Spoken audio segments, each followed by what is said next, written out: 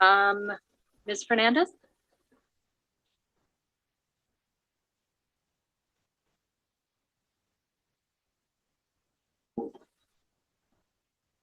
Before I begin, I'm not sure if I need to disclose. I did have a conversation with one of the acting trustees, and I did share quite a bit of the information that I'll be sharing today. I just wanted to make that known for the people watching and the living men and women watching when if there's any questions of clarification. Okay, thank you. 1 second, sorry. Okay. Good evening, agents of the Waterloo Region District School Board Corporation. I'm Christina Fernandez, currently a merchant of the WRDSB Corporation.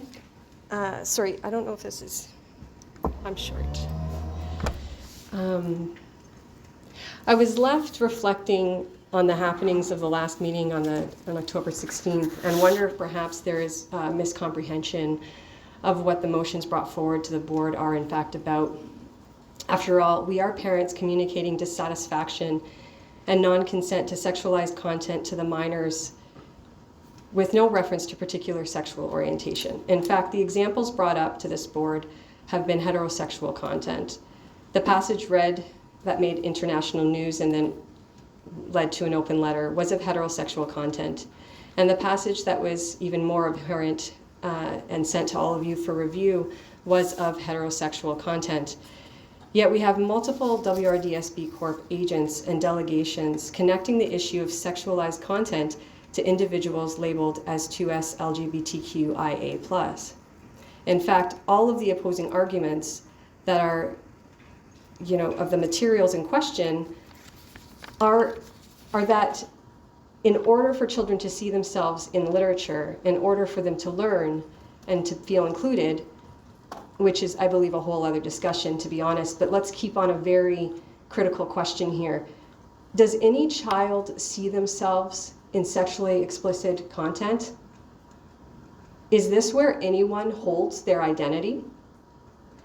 And as I reviewed the happenings over the last 2 to 3 years regarding these issues of the books and age appropriateness and sexualization of our children and faith-based rights, I wonder, how is it that sexualized content be code for 2S LGBTQIA plus hate? As it's been declared on multiple occasions, the motions regarding the safeguarding of our children against sexualized content and respecting religious rights is in no way, shape, or form targeting anyone. In fact, it's protecting every single child that the WRDSB Corp teaches. In fact, considering the statistics and the information brought forward from agents of the WRDSB Corp, ensuring the safeguarding of sexualized material in schools protects this vulnerable population the most. And to agree, and I think we all agree, that it is appropriate to have books physically available to students in their physical libraries based on age for elementary, middle, and high schools, yet suggests that it is book banning, hateful, or unreasonable to have the virtual library follow the exact same standards and guidelines for the virtual content is beyond my imagination. I say this, and I don't want to fool anyone here. I don't want anyone thinking that I truly believe that my words here will make a difference in your votes today.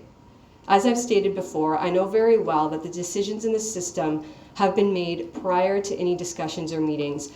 I mean, I'd love it for you to prove me wrong today, but I'm here for the people, the living men and women, who can see this for themselves and evaluate it for themselves, and also with great kindness to all of you, to show you time and time again the truth, and to offer an opportunity for all of you to do right by our children.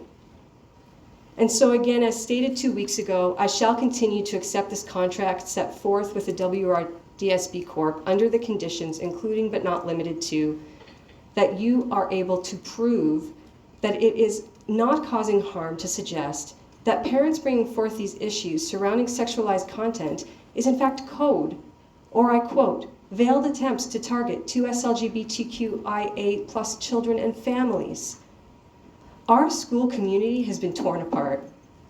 And I believe beyond a reasonable doubt that it is not because of dissenting views, but it has in fact been caused by the very actions of this corporation and those who have held authoritative positions making false claims about parents, teachers, and other discerning living men and women, suggesting that these are hateful attacks when really they are in fact actions of complete, never wavering love.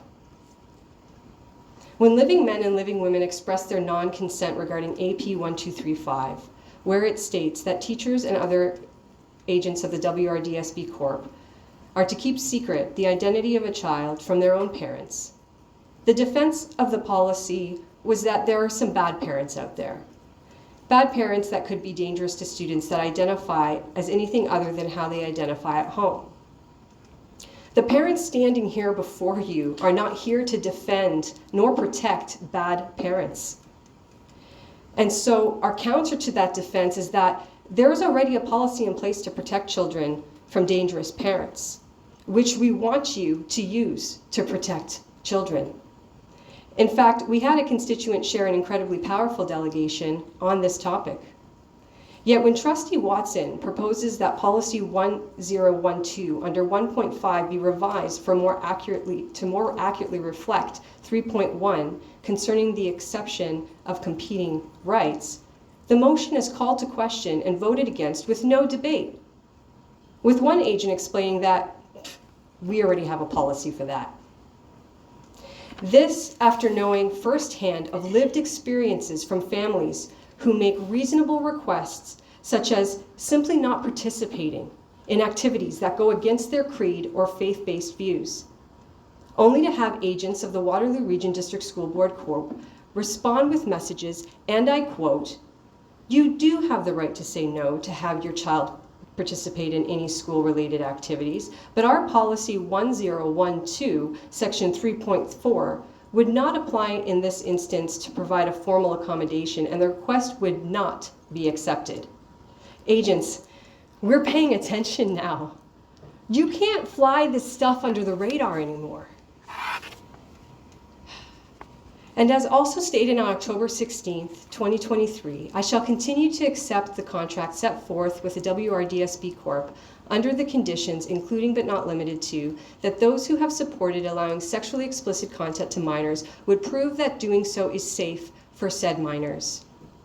Again, I realize that in this claimed democracy, majority rules. I get it. But I've also come to know that the majority of your majority comes from acquiescence of those who remain silent. We've already begun collecting signatures from that quiet bunch regarding their non-consent to such indoctrination. Indoctrination meaning teaching theories or personal worldviews as facts. I would never expect or want, let alone demand, that my worldview be taught as fact.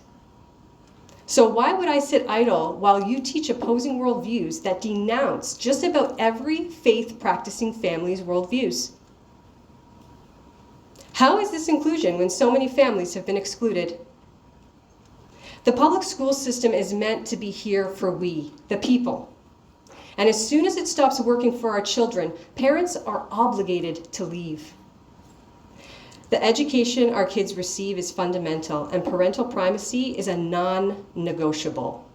In fact, I would argue that our current government wouldn't be in power had it not been for the promises they uphold to such parental primacy. Shouldn't there be options for education, choices for individuals rather than grouping everyone together in a single one-size-fits-all model? How is that diversity? How is it equity? I realize I'm in here together even with those who oppose me. I cannot have the faith I have in God and His plan and know that He loves each and every one of us the same, to not extend a generous assumption that many who oppose my views on this issue may also want to do right by our kids. But why then not free-flowing information? Why censor, accuse, lie? Why not allow for discourse and alternative methods? Why the aggressive indoctrination? Good ideas need not be forced upon others. I have a duty as a parent and as a living woman who stands for liberty, free will, and free expression, that I must not and will not sit idle as you continue on this path, not with my children, and not with all of the families who also want to escape this indoctrinated totalitarian institution. Take care. Trustees, are there any? Can you hear me? Okay. Trustees, are there any questions of clarification? Trustee Watson? Thank you. Does this work? Yeah, it doesn't sound like it. So I have a question. You made a comment about parental primacy. Can you just expand on? Yes, I mean parental primacy, meaning that parents are the first teachers of their kids. And I'm not ignorant to know that, you know, different worldviews could be considered as indoctrination. Like, I mean, faith-based values is a set of ideals that is taught to our kids. That's not up to the school board to decide what that is. And any secular system, any neutral system can't promote any ideologies or faith-based principles, but they also cannot denounce. And if you were to ask anyone, if you consult anyone who has faith-based views, what's being taught today is denouncing our faith, and to continue to celebrate or to participate in such events actually denounces some faiths, which is why we appreciate the motion you brought forward. And the parental primacy is something that, I mean, there's no denying that the current government got in 2014 because of their promises to the Bill of Parental Rights, that they not only said. Thank you. I think you've answered the question. Did I answer your question? Because yes. Did I answer your question, Trustee Watson? No, you've answered the question about parental privacy. Thank you. Trustee Ramsey? What's your question? Sorry. I appreciate your presentation. I guess my question is, you did make some reference to the fact that I think you were saying that parents that you spoke with, they're not anti-LGBTQIA plus. Correct. Could you elaborate a little bit on that, please? Yeah, I mean, nowhere. I can't speak for everyone who has sent emails to these acting trustees. I can't. All I know is I can speak for myself, and I have no hate in my heart for anyone at all. So this isn't targeted to anybody, and I can speak to the conversations I've had. I wouldn't be working with anyone or helping, you know, us protect our kids with anyone I know who is hateful. So it's just irrelevant, and yet the arguments that are put forth are about hate, and those stories are coming from you guys. I don't know how else to frame it. Like, I mean, I'd really like you to prove to me that you haven't caused harm to our community. I really would. Thank you for your answering the question. Seeing no other questions of clarification, thank you for your delegation.